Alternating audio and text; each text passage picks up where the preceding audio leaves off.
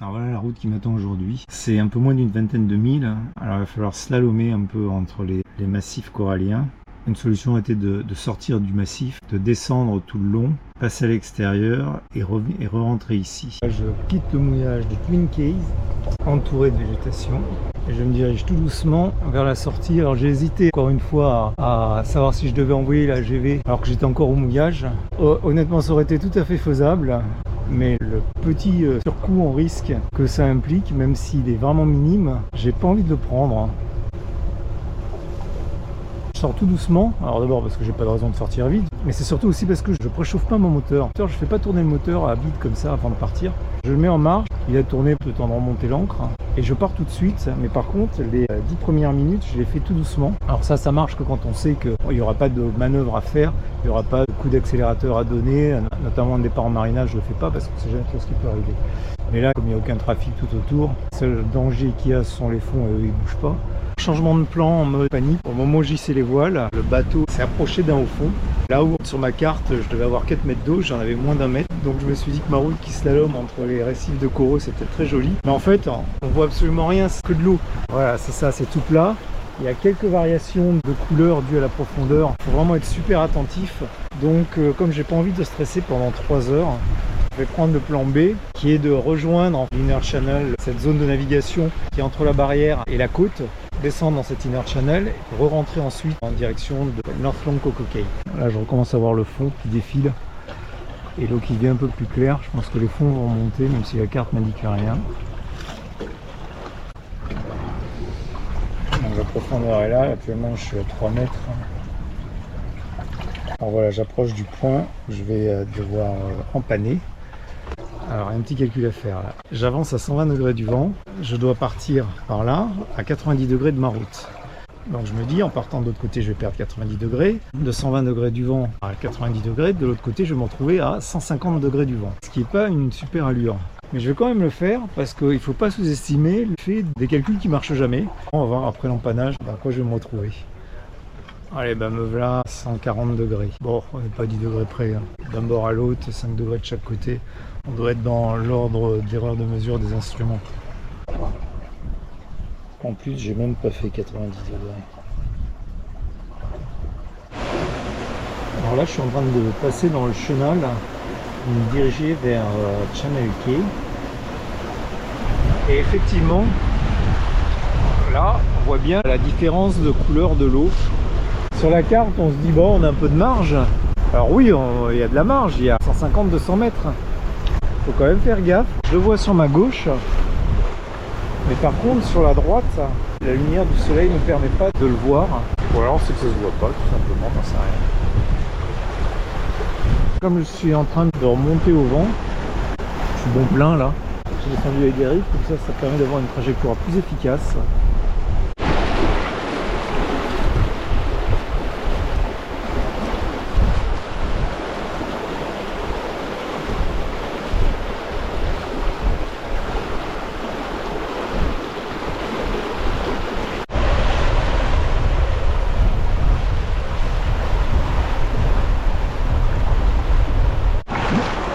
Voilà ce qui est désagréable, on voit le fond là, j'ai moins de 3 mètres, là où je devrais avoir 20 mètres.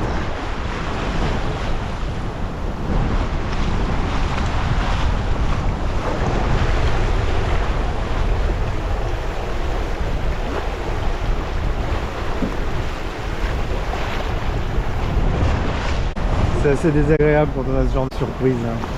Et là je suis revenu à 25 mètres.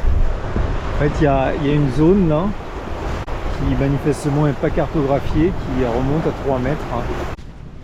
On va voilà arriver à North Long Coco Cay un peu avant le coucher du soleil, ça a été un peu limite. Et il y a déjà plusieurs bateaux au mouillage. Et ce qui me surprend, c'est une autre île en face qui s'appelle Rendez-vous. Et il y a des catamarans qui sont ancrés au nord, c'est-à-dire là où il n'y a aucune protection. J'avoue que moi j'hésiterais un peu à m'y mettre. Par habitude en fait, j'ai toujours tendance à aller me protéger quelque part. Ici, il y a un monocoque mais qui est resté assez loin du bord, mais lui ça doit être un quillard, il ne doit pas pouvoir s'approcher beaucoup. Il y a un catamaran de loc. Ce bateau là-bas ce sont des Canadiens, c'est un bateau de propriétaire. Tout est bien rangé, la drisse est attachée, la voile est dans son sac. Là, la drisse est molle. La voile est ouverte à tous les vents. Et le génois n'attend qu'à se dérouler. Alors ça peut faire sourire cette histoire de voir les bateaux de location en vrac comme ça. Mais en fait ça va bien au-delà de ça. Ça va bien au-delà du simple fait de prendre soin d'un bateau. C'est vraiment une question de prendre soin en fait de la passion qu'on peut avoir, tout ce qu'on y met de soi-même, tout ce qu'on peut projeter sur le fait d'avoir un bateau, de pouvoir voyager et de pouvoir s'exprimer à travers lui. Il ne faut pas croire que les gens qui s'occupent de leur bateau, qui passent du temps sur leur bateau à l'entretenir, à faire beaucoup de choses, pas uniquement pour avoir un joli bateau. Ça transcende ce cadre-là. C'est vraiment exprimer sa passion et se projeter dans ce que cette passion peut nous permettre de faire. C'est pour ça que je vais faire comme le Canadien là-bas. Même si je passais la nuit et demain je repars, je vais ranger la voile, je vais fermer le sac et tout sera bien attaché, la drisse sera attachée et le bateau sera bien rangé.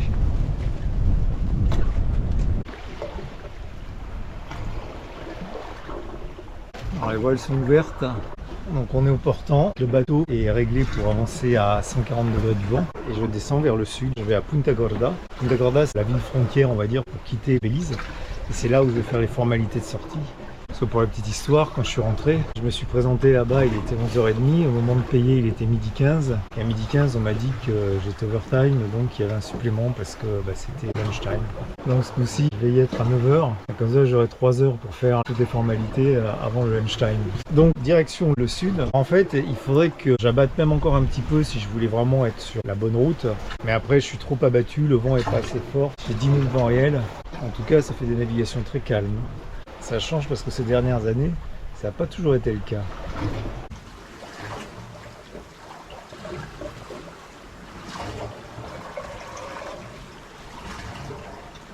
Quand on est en navigation, que tout est calme, tout est tranquille comme ça, on pourrait penser que en fait, je fais pas grand chose. En fait, même si physiquement je fais pas grand chose, je passe mon temps à calculer des angles, évaluer la vitesse, calculer l'heure d'arrivée, calculer le point de la prochaine manœuvre. Et le cerveau est constamment en train de calculer. Et même si maintenant on navigue beaucoup avec des tablettes, des ordinateurs, dans la tête, on est constamment en train de faire ce calcul. Parce que de toute façon, ça se passe jamais exactement comme prévu. Et donc, il faut constamment réajuster. Actuellement, ma route, elle est vers le 200. Ma destination finale, elle est un peu plus vers l'ouest. Et donc, pour amener le bateau dans la direction destination, je suis un peu embêté parce que actuellement, je navigue à 140 degrés du vent. Comme j'ai déjà expliqué, au-dessus de 140 degrés du vent, je ne peux pas utiliser les deux voiles en même temps. Parce que la grand voile, sinon, masque le génois qui du coup n'a pas d'importance et s'effondre. Donc actuellement, ma stratégie est la suivante. Je vais continuer à naviguer avec les deux voiles, c'est-à-dire à 140 degrés du vent maximum, jusqu'à ce que j'arrive au point où je puisse rejoindre directement ma destination finale, tout en gardant les deux voiles, mais en les mettant en ciseaux. C'est-à-dire, je vais garder une voile sur un bord et la deuxième voile sur l'autre. Ça, c'est quelque chose qui est très courant sur les bateaux qui font le transat, notamment, et qui ont des tangons. Et moi, j'ai pas de tangon. Le problème dans cette situation, on est presque au vent arrière, et pour garder la pression sur les deux voiles, ce que je fais, c'est que je prends une allure à 170 degrés du vent, je mets la grand voile sur la fausse panne, c'est-à-dire sur la mure où elle ne devrait pas être, et par contre le génois, lui, je vais le faire passer de l'autre côté, et il aura une marge de 10 degrés pour se stabiliser en fait. Et donc il va falloir que j'empanne, passer la gelée de l'autre côté sur sa fausse panne. Une fois que je vais empanner, je vais la sécuriser, c'est-à-dire que je vais serrer le frein de baume, je vais y mettre une retenue de baume. Alors avant de faire ça, je vais enrouler le génois parce que j'ai pas envie d'être embêté pendant la manœuvre avec le génois. On sera sur le nouveau cap, je déroulerai le génois de l'autre côté et on va essayer d'avancer comme ça en ciseaux.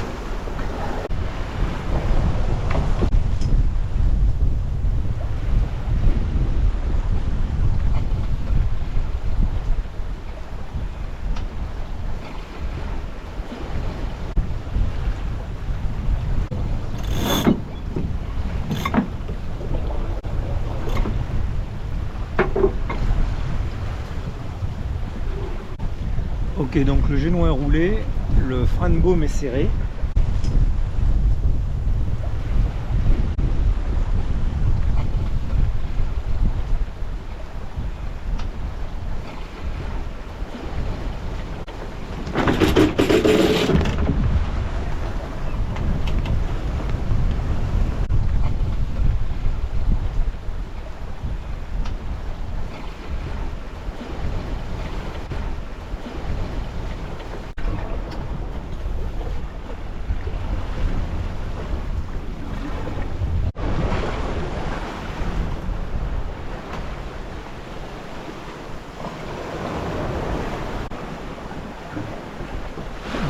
génois un peu borderline, mais ça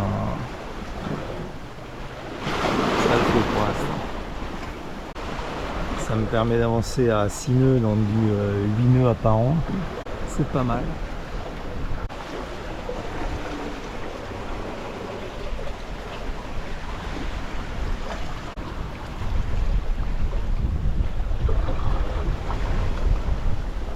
Les Snake Keys en face.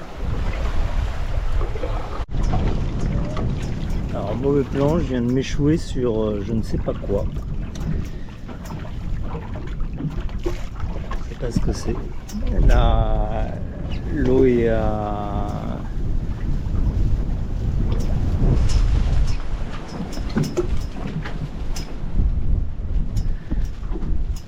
Je vois des algues.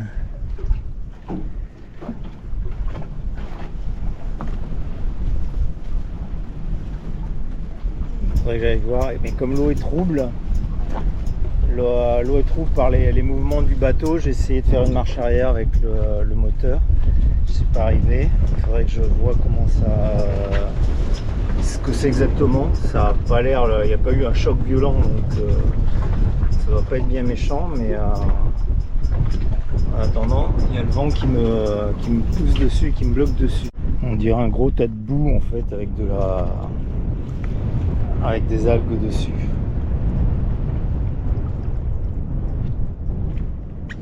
Bon, pour l'instant le vent m'aide pas.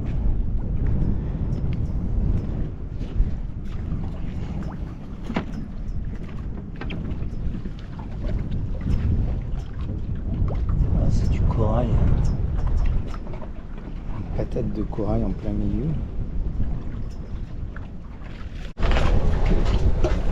Voilà, je viens juste d'arriver à me dégager. On est en place une ancre à l'arrière.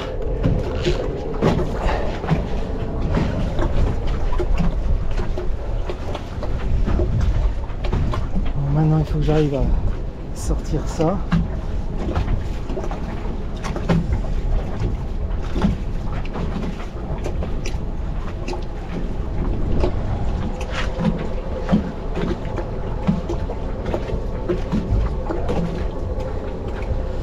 Bon, je vais la laisser là, l'ancre. Je vais mettre un pare-batte et je vais partir comme ça.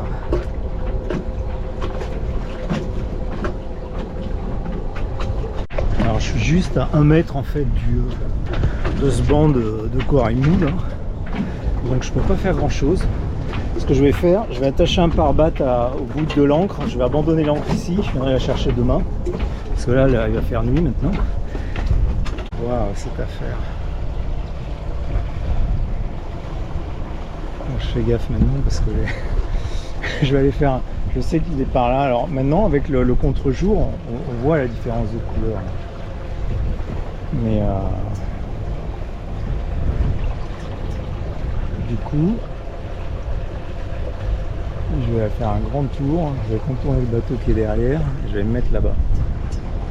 Bon, alors mes aventures de la soirée, qui devrait être la dernière nuit au Belize. Moi qui m'auto-congratulais de ne pas avoir eu de problème particulier avec les fonds, même si des fois je me suis fait peur. Et bien c'est la dernière nuit dans un mouillage qui a priori ne présentait pas de problème, donc je suis déjà venu, puisque c'est là où j'ai passé la première nuit. Et pour lequel j'étais prévenu, on va dire, puisque il y a 2 semaines de ça, j'avais remarqué qu'il y avait au milieu de ce mouillage, il y avait une grosse tache marron. J'avais contourné, je m'en étais pas approché. Et là quand je suis arrivé ce soir, je savais que cette tache existait. Je ne savais pas ce que c'était en fait. Quand je suis arrivé, j'avais le soleil qui commençait à baisser, j'ai le soleil dans les yeux, c'est-à-dire que je ne pouvais pas voir la couleur de l'eau.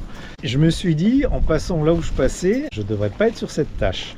Eh bien, je me la suis prise pas extrêmement vite, mais j'allais plus vite que la prudence aurait dû le recommander parce que justement, comme je connaissais déjà le mouillage, j'avais pas eu de problème particulier la première fois. J'ai commencé à prendre la confiance et c'est là que je suis arrivé sur ce qui était en fait. Alors, je saurais pas dire ce que c'est. C'était un gros tas un amoncellement en fait. C'était pas du dur, c'était pas du patate de corail, c'était pas de la roche. C'était un amoncellement de débris de coraux. Je suis monté là-dessus pour se tirer de là. Ce que j'ai voulu faire, c'est j'ai pris une deuxième encre, j'ai une deuxième encre à bord, j'ai une encre de secours, il a fallu que je l'assemble parce qu'elle est démontée, j'ai récupéré les bulles que j'avais là. Avec l'annexe, je l'ai porté à l'arrière de façon à pouvoir accrocher et tirer le bateau parce que je voulais pas essayer de sortir le bateau uniquement avec la puissance du moteur. Donc ce que je voulais faire, c'est déjà dégager le bateau, sortir le bateau en le tirant sur cette ancre arrière. Ça n'a pas été simple parce que le premier essai que j'ai fait, le bout que j'ai choisi n'était pas assez long. En fait, il prenait sur cet amas de corail, mais il n'y a aucune prise, puisqu'en fait, ce sont des débris. Donc, j'ai remonté l'ancre comme si de rien n'était. Le bateau n'a absolument pas bougé. Donc, j'ai assemblé différents bouts qui traînaient au fond du bateau et dont je me demandais bien à quoi ils pouvaient bien servir. Un bout de temps que je me dis, je ferais bien de les jeter, ces bouts. Aujourd'hui, ils m'ont bien servi. Et je les ai assemblés, j'ai emmené l'encre beaucoup plus loin. J'ai pas eu trop de temps de filmer tout ça parce qu'il fallait que j'aille très très vite parce que le soleil se couchait. Je voulais vraiment arriver à dégager le bateau avant la nuit. J'ai rien filmé, j'ai tout fait très vite. Ça m'a pris quand même une bonne heure, on est plus loin. L'encre a accroché, je l'ai attaché au winch. Alors, comme en fait l'angle que faisait le bout, il appuyait sur la barre, je ne veux pas qu'il me fausse la barre ou que ça aggrave les dégâts sur le bateau. J'ai fait comme une cravate pour écarter avec le coude de génois. Puis j'ai tiré, puis le bateau j'ai mis le moteur en même temps. On est dans à la fois du moteur, à la fois de la traction. À un moment donné, j'ai senti que le bateau bougeait. Comme je n'arrivais pas à voir, parce qu'il y avait beaucoup de remous, beaucoup de choses en suspension dans l'eau. En fait, je me suis rendu compte quand le bateau s'est mis dans le lit du vent. Donc là, c'était gagné.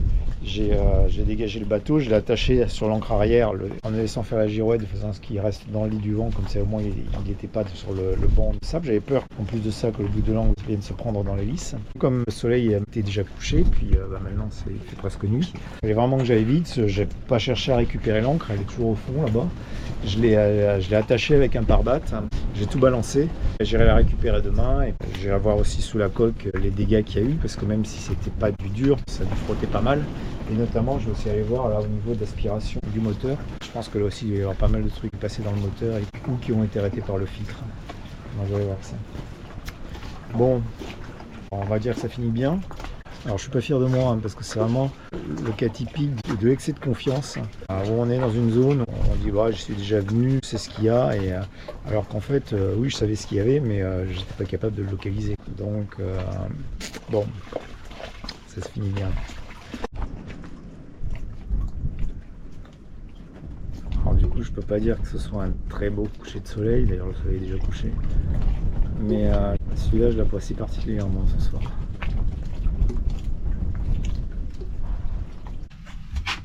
Waouh, ça se présente pas très bien. Ouais bah voilà. D'ailleurs le moteur il sent le chaud. J'espère que c'est pas plein de chute.